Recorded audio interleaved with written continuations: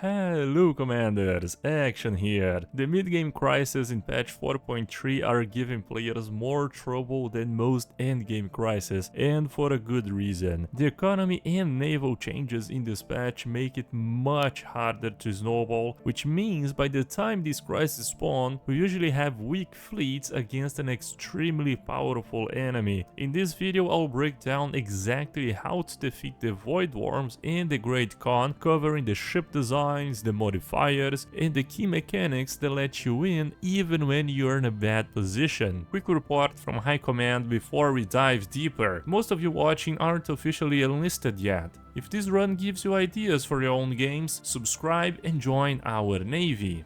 First, let's talk about the Voidworms. Since they are a constant threat from the very start of the game, they will spawn in a single system and slowly expand depending on your galaxy settings. Once you establish first contact, you'll get the Voidworm Hunter option, which gives you a permanent plus 33% damage against them at all stages of the game, Crisis included. This does lock you out of the Voidworm immunity technology, which protects your colonies from the orbital bombardment. But I strongly recommend taking the Hunter option, especially on high difficulty. The logic is very simple: if they are dead, they can't bombard you, right? Now, covering their ship designs, Voidworms use two types of weapons. The Voidworm Funks are extremely dangerous, but they have a short range of just 10 and a firing arc of 15 degrees, meaning they can only hit if your ship is directly in front of them. So short range designs are a death sentence against the Voidworms, with one exception we'll get to later on. Their spike spores are the artillery missiles with 90 range, 100% accuracy and 30% tracking, which is ridiculous. They're going to hit your low evasion ships almost every time. The good news is that each missile has only 20 hull and 10 armor with a 4-day cooldown, so the counter is straightforward.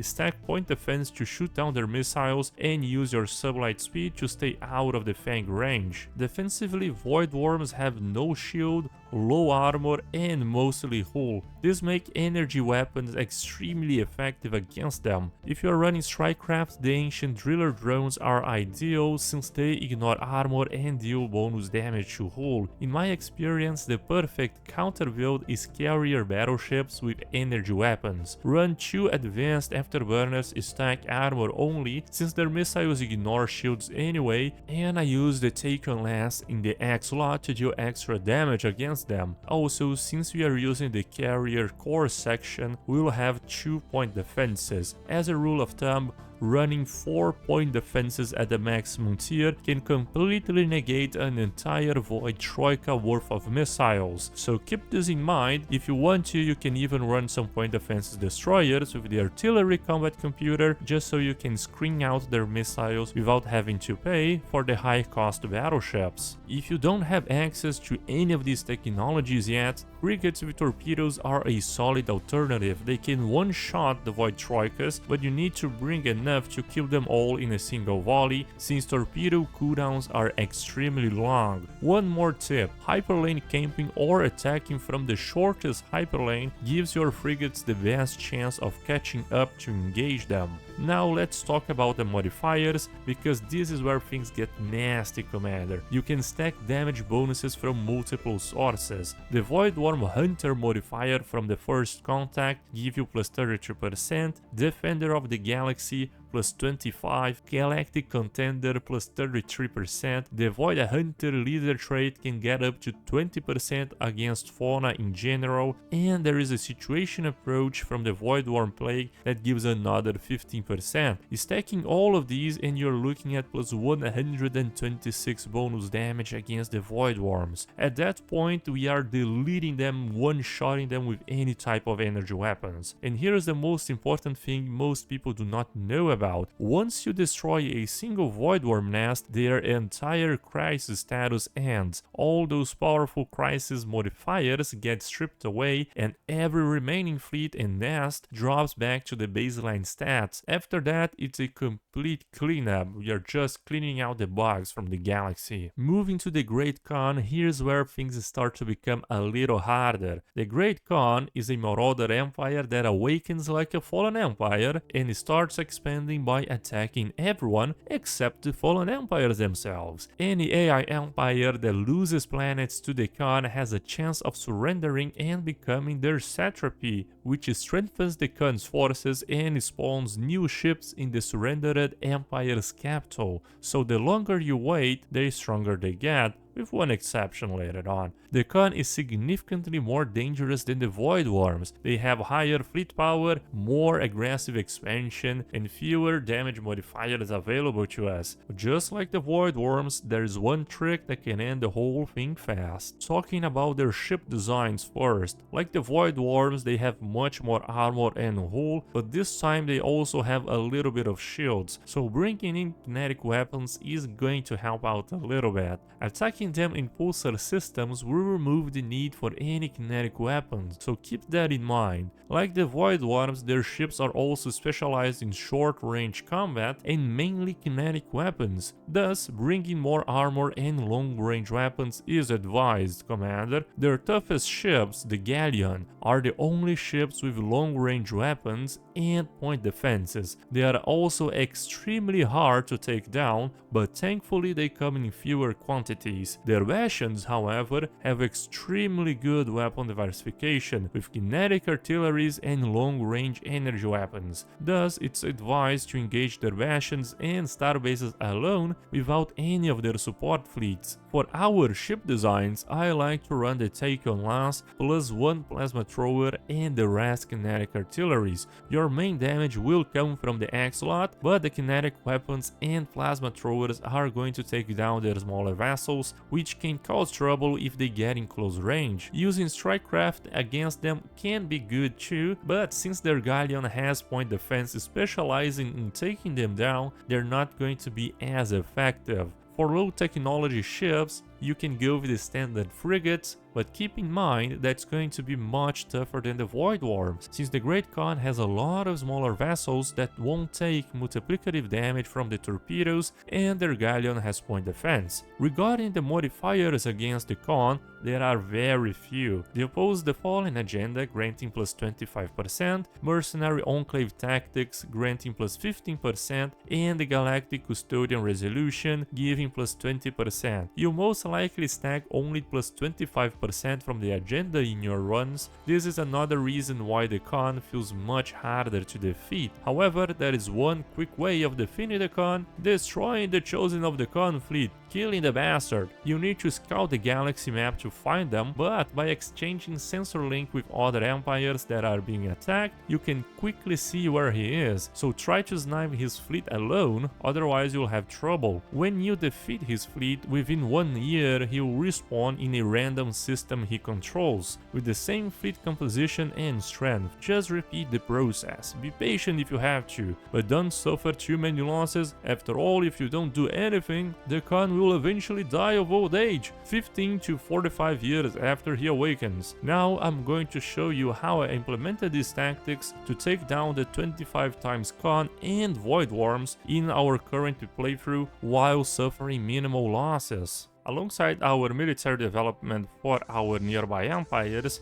we should also start thinking about the mid-game crisis, which can spawn in 1 year, and since we are fighting the 25 times crisis, it also modifies the Voidworms and the Great Khan commanders. So, thankfully, we do have the Defender of the Galaxy, which will give us plus 25% damage to Voidworms. Unfortunately, it does not give damage against the Great Khan, but we do have the Galactic Contender, which will give us even more damage against the Voidworms. Once the Evolving Society agenda finishes, we'll grab the the Fallen agenda, which gives another 25% damage, but this time it gives to the Marauders and Awakened Marauders, not Voidworms. Okay, so we launched the agenda, and now grab the Oppose the Fallen as expected. We're gonna recall all of our fleets that are outside of our territory, so we can upgrade their ship designs to the newest technologies, which we'll definitely need to fight the Voidworms, by the way. We are also researching some Axolot weapons, although the Mega Cannon is not the perfect one to fight both of these crises, since it is only kinetic weapons, and those crises have much more armor and hull than they have shields. And now, just as expected, in the mid-game, the Voidworm plague, a breeding frenzy on the galactic scale, is upon us. Now, we do not know where exactly the Voidworms are in this galaxy, as we have a pretty low intel of the galaxy map, so we're gonna have to see where they're gonna come from. In the meantime, let's actually design our ships accordingly. So these are gonna be our ship designs against the Void Troikas. I did also create a design against the Khan, which is pretty much the same thing, but just shifting the core section to artillery and grabbing more chance to hit. Well, we can already launch the Oppose the Fallen agenda, however, since the Great Khan has not appeared so far, I'm gonna actually wait until he either appears or we have another better agenda to launch. I mean, the Void Hunter trait is actually good against the Voidworms. Who would have guessed? Not only it gives us damage to the space fauna, but it also gives everything that we want. Sublight speed to kite them off and weapons range to kite them off even better. We could also use the support our fleets approach to the Voidworm plague situation, which will give us more alloys from jobs at the cost of some monthly consumer goods, which is okay, and some happiness. Well, here we have our anti-Voidworm fleet, 10 battleships, 50,000 fleet power, however a lot of point defense and good weapons against them. So I think I'm gonna send this fleet to scout the Voidworms across the galaxy, because at the moment we have no idea where they are. I suppose that they might be somewhere here. Lots of black holes, that's where they like to be. Okay, so we found the Voidworm home system. They're not going anywhere basically, just stuck there. It's kind of interesting. So we are gonna go there and try to defeat them, although I think it might be a mistake because they have the 350,000 fleet power there. Well, before we engage the Voidworms, let's activate all of our war edicts so we have a better chance at surviving them. We're gonna arrive here, right next to one of their nests, and they have a lot more fleet power than we do, commanders. Thankfully, our particle lances are doing incredible work, and yeah, it's getting pretty easy. So, cure discovered. Oh, just because we... Oh my god. 30,000 alloys! What the hell? I would much rather have the 30,000 alloys, thank you. While engaging the other Void Nest. Oh, but since we destroyed the Void Nest, we ended the event. Now they are incredibly weak. Okay, that's actually amazing, by the way. Well, if the Voidworms weren't enough, now we have the Great Khan to deal with. Now we can launch this agenda to defeat the Khan because, oh my god, 800,000 fleet power at this point in the game. We barely have 100k commanders. How are we gonna deal with that? That we need to start building up the Khan battleships instead of the Void Troikas. We also have the Titan, which is a great addition to our fleet, although it takes a very long time for it to finish the construction, but it will give us even more tracking, which is fantastic for our kinetic and perdition beams. Well, we do have 171,000 fleet power, so I think we can start to take some of the Khan's fleet, by the way. The main problem is there is a 100% shield nullification system here, so we might have to go around. I'm searching for the Khan, because if we destroy the Khan, then the Horde kinda stabilizes, but in order to do that, I need more intel. So we're gonna trade some communications and active sensor link with these fellas, so perhaps we could know where the Khan is. Unfortunately, no intel on the whereabouts of the Great Khan.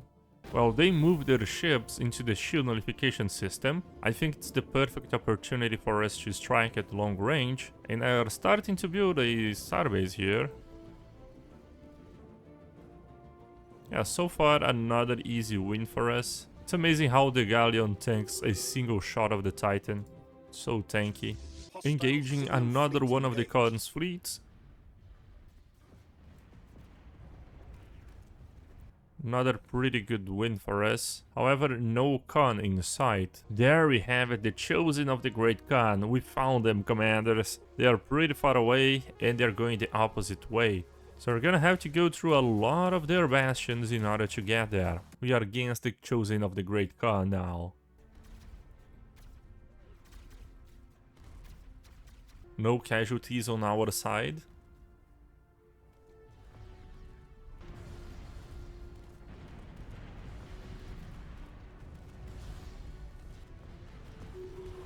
There we go, Great Khan meets defeat. This is not the end though, we still need to kill him one more time. I wish we had a nearby space station to repair our ships, because a lot of them are harmed in battle.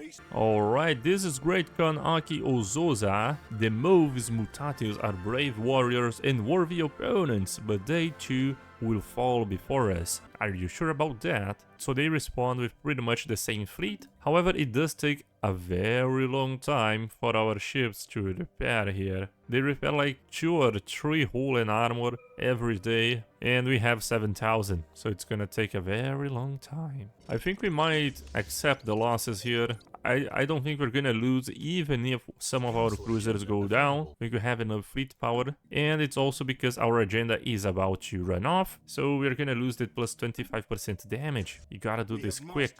And they are moving into position to fight us, so we can stay here at pretty long range and with all of our weapons pointed towards the hyperlane. There they are, commanders. I'm gonna let you enjoy the show. Hostile Xeno fleet engaged. Construction complete.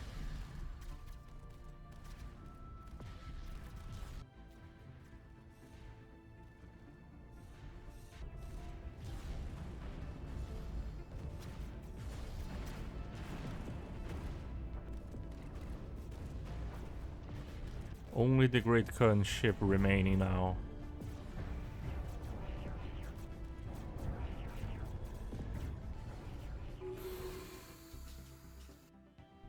There we have it, we got the Khan's throne as our relic, and obviously the Great Khan has been defeated. This, I believe, we stopped the Horde, at least for now. So yeah, commanders, that's gonna be it for today's video. We managed to defeat the 2 mid-game Crises at 25 times the Crisis strength. I hope you guys enjoyed this video. If you did, don't forget to leave that like button, because it helps me out a lot. And as always, I'll see you guys next time.